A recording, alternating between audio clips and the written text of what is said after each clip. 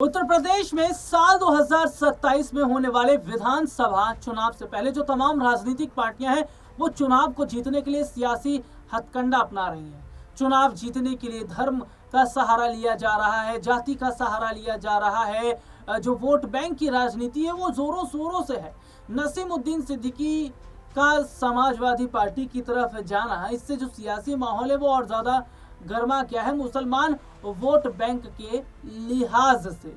अब 27 में कौन जीतेगा, मुख्यमंत्री की कुर्सी किसे मिलेगी, ये तो जनता तय करेगी। लेकिन इस बीच बसपा सुप्रीमो मायावती ने एक बड़ा फैसला लिया। जो मायावती का फैसला है वो फैसला बहुत कुछ जो है वो इशारा कर रहा है।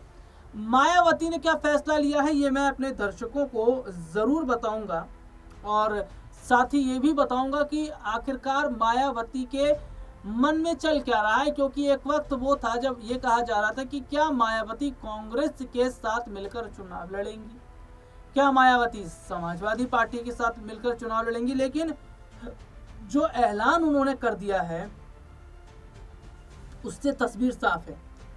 यूपी विधानसभा चुनाव को लेकर मायावती की पार्टी बीएसपी लगातार बैठकें कर रही है। ब्राह्मण, मुस्लिम समेत अलग अलग समुदाय के वोट बैंक को साध रही हैं, और इस बीच बसपा सुप्रीमो मायावती ने बड़ा ऐलान कर दिया।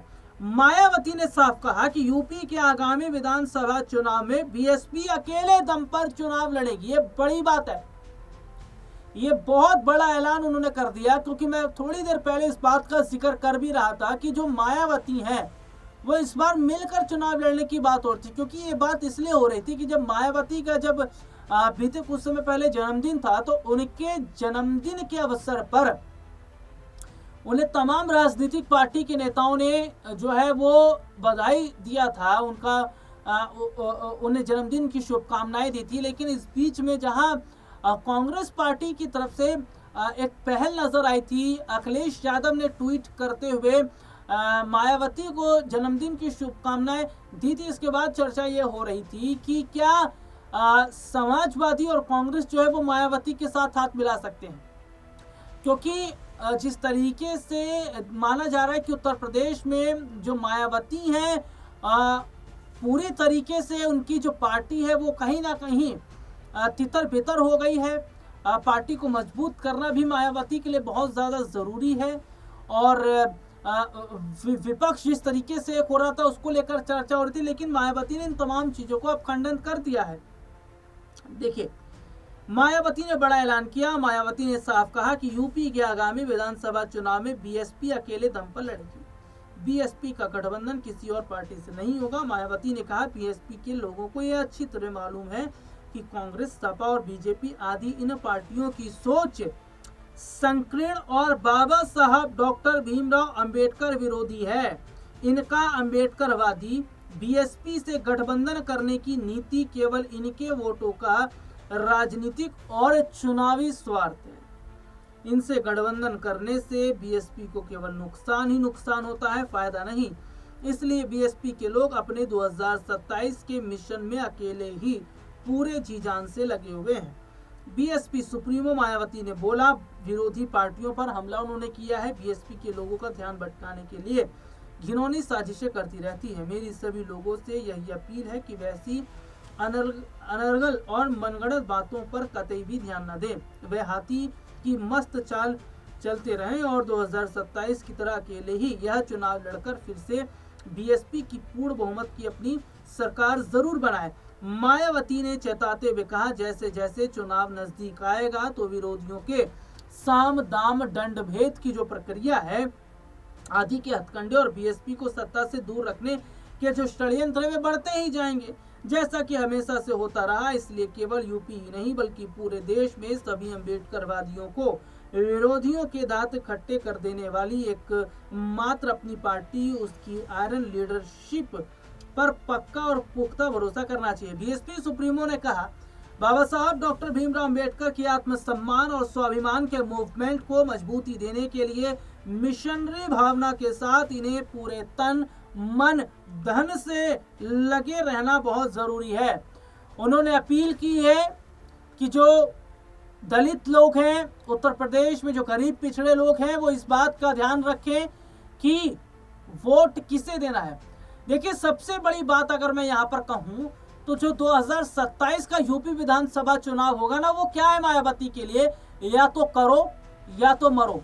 क्योंकि अगर 27 में मायावती की पार्टी बसपा कुछ नहीं कर पाई तो फिर समझ लीजिएगा कि जो बसपा का अस्तित्व है आने वाले वक्त में खत्म हो जाएगा।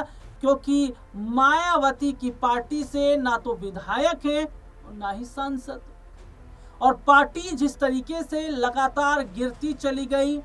नसीमुद्दीन सिद्दीकी की मैं थोड़ा सा यहाँ पर बात करना चाहूंगा। नसीमुद्दीन सिद्दीकी, जिनका एक वक्त में बसपा के अंदर बड़ा दबदबा था, मायावती के राइट हैंड माने जाते थे, लेकिन नसीमुद्दीन सिद्दीकी पर आरोप लग गया था कि वे जो विपक्षी पार्टी के लोग हैं उनके साथ मिलकर एक षड्यंत्र कर रहे हैं, जिसके बाद मायावती ने सिद्दीकी को पार्टी से बाहर का रास्ता निकाल दिया। देखिए, उसके बाद कांग्रेस में आए, कांग्रेस में कुछ समय तक रहे, लेकिन बात मान नहीं बन पाई। हालांकि कांग्रेस से इस्तीफा देने के बाद में उनके साथ कई और उनके विधायक भी थे, पार्टी के उनके अपने कई समर्थक थे। इस्तीफा देने के बाद में उन्होंने वेट किया।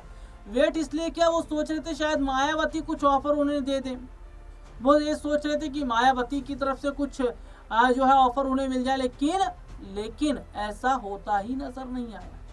तो इन्होंने बहुत सोच समझकर समाजवादी पार्टी का दामन थाम लिया। अब ऐसे में देखिए, समाजवादी पार्टी का दामन जैसे उन्होंने थामा, यूपी की सियासत में हलचल मच गई। क्योंकि नसीमुद्दीन सिद्दीकी का जो है समाजवादी पार्टी में जाना, ये मायावती के लिए भी झटका है साहब, ये कांग्रेस पार्टी के लिए झटका है।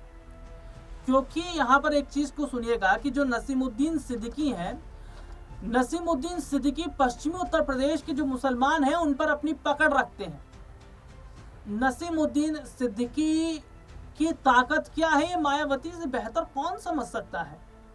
सिद्दीकी के सहारे बसपा ने न सिर्फ काफी वोट बटोरा, बल्कि सिद्दीकी के सहारे बसपा ने अपना वोट बैंक मजबूत भी किया है। और यही तो बात है कि बसपा में एक वक्त के अंदर दबदबा था नसीमुद्दीन सिद्दीकी का, एक वक्त में रौला उनका चलता था। लेकिन क्या हुआ कि बात जब निकल कर सामने आई है और जब आरोप वगैरह लगे तो मायावती ने उन्हें पार्टी से बाहर का रास्ता दिखा दिया। अब नसीमुद्दीन तो समाजवादी पार्टी की तरफ है। अब यूपी चुनाव में ये देखना है, बहुत सारी बातें हैं कि नसीमुद्दीन सिद्दीकी समाजवादी पार्टी में रहते हुए क्या मुस्लिम वोट बैंक को अपनी तरफ उतना ला पाने में कामयाब रहेंगे जितना बसपा में रहते हुए उन्होंने किया था। और एक चीज यहाँ पर एक और बात ध्यान दीजिएगा, ये कहा जा रहा है कि क्या नसीमुद्दीन सिद्दीकी आजम खान की जगह ले पाएंगे। एक वक्त में आजम खान का भी बहुत बड़ा दबदबा था जब समाजवादी पार्टी की सरकार थी। समाजवादी पार्टी की सरकार में आजम खान की मैं बात करूं, विधायक जरूर थे, लेकिन एक मुख्यमंत्री की हैसियत उनकी थी एक विधायक के तौर पर। और जो आजम खान ने लिख दिया और जो आजम खान ने कह दिया, उसे ना तो अखिलेश टाल सकते थे न मुलायम सिंह यादव। इतनी ताकत रखते थे आजम खान समाजवादी पार्टी की सरकार में, लेकिन अब सब कुछ खत्म हो गया। अब ये बात कही जा रही कि क्या आजम की जगह नसीमुद्दीन ले पाएंगे, जो आजम खान एक वक्त में समाजवादी पार्टी का राइट हैंड थे, वो क्या नसीमुद्दीन बन पाएंगे, ये बात। और एक बात है, यहाँ पर एंट्री हुई है भाईजान की, यानी कि AIM प्रमुख असदुद्दीन ओवैसी, इनकी एंट्री हुई है। और असदुद्दीन ओवैसी की मैं बात करूं तो इन्हें हल्के में लेना बिल्कुल भी ठीक नहीं रहेगा। अभी हाल ही में बिहार के अंदर विधानसभा का चुनाव हुआ है और उस चुनाव में असदुद्दीन ओवैसी की पार्टी ने अच्छा खासा वोट बैंक निकाला। इतना ही नहीं, BMC के चुनाव के नतीजे सामने आए, उसमें AIM के जो प्रत्याशियों की जीत हुई है। तो ये बहुत बड़ी बात है कि असदुद्दीन ओवैसी जो है उत्तर प्रदेश के अंदर वो मुसलमान वोट बैंक को अपनी तरफ लाने में अगर कामयाब होते हैं तो मुसलमान वोट बैंक बटेगा। वोट बटेगा तो जाहिर तौर पर विपक्ष को नुकसान होगा। अब ये आने वाले वक्त में ही देखना होगा कि जो मुस्लिम वोट बैंक है अगर बटेगा तो नुकसान किस किस को होगा, और जो मायावती अपने अस्तित्व की तलाश कर रही हैं, करो या फिर मरो जैसी स्थिति है, इसमें क्या 27 के चुनाव में मायावती कुछ कमाल कर पाएंगी। आज के इस प्रोग्राम में इतना ही। फिलहाल आपसे दोबारा मुलाकात होगी, तब तक के लिए इजाजत दीजिए।